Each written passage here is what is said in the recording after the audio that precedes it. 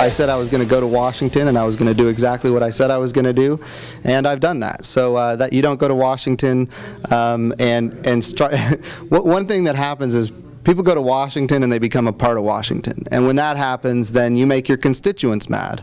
I went to Washington and I voted exactly how I said I would vote, and I make a bunch of people in Washington, D.C. mad. It's including the lobbyists and and all the people that control the levers inside the Beltway. So the reality is, I think you're either going to make people in D.C. mad or you're going to make your constituents upset. And I made a decision that, I'm going to vote exactly how I said I was going to vote. And my constituents back at home are actually very thankful for that. So now, we've noticed that many Americans are dropping the Republican label to become independent. Why do you think that's happening? Well, I think you have a couple of things. When you look at the Democratic Party, you have a party that is adhering. As Americans, we have fought against, governments that were big and limited freedom and controlled human behavior. We have fought against that for 100 years.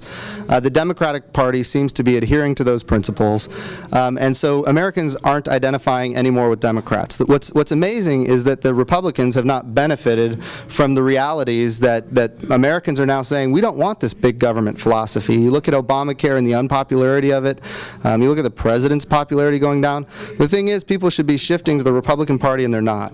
Right. And I think the reason is people are seeing Republicans as, in many cases, part of the problem. When you look at the Ryan Murray budget deal, that it doesn't do anything to stop the $6.4 trillion debt that we're adding in the next 10 years. It increases taxes on people who fly on airplanes. They call it a fee, but it's actually a tax because it goes to the general revenue. And so it increases spending in the first 2 years with a promise of future spending cuts. Look, we've seen this before. We saw it with the sequester, and people just don't believe it. Republicans are making deals with Democrats, and at the end, the American people are left wondering, why is it that that people are leaving the Republican Party? Well, and let me say, I'm a Republican. I believe in the Republican platform. The challenge is Republicans are not adhering to it. So what do you think they need to do to win people back to the party? I think they need to stand up and be true to who they are, stand for their principles, and not try to make deals in Washington, D.C., but actually make strong, bold stances and then articulate the reasons for those stances. Go back to the original documents. Go back to Article 1, Section 8 of the Constitution, which very explicitly limits federal power.